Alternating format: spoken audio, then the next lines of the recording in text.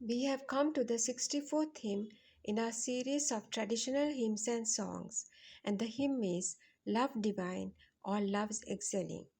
This is a much loved hymn written in 1747 by Charles Wesley, who was born in 1707 in Epworth, Lincolnshire, and was a principal leader of the Methodist movement. Wesley was a prolific hymn writer who wrote over 6,500 hymns during his lifetime. He was a younger brother of Methodist founder John Wesley.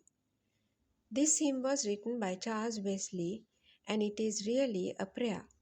It invites Jesus to make his dwelling in us, to visit us with his salvation, to enter our hearts.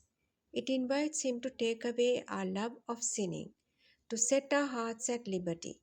It concludes by asking Jesus to finish his new creation so that we might be pure and spotless, perfectly restored, ready for heaven. You might wonder if Charles Wesley ever got out of his study.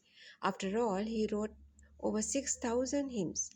But in fact, for most of his life, he was a traveling preacher, traveling on horseback. In his pocket, he carried little cards on which he scribbled notes in shorthand as thoughts came to him as he rode. Then, as soon as he would reach an inn, he would write down the hymns he had scribbled. We would now listen to the hymn. May God bless you. Amen.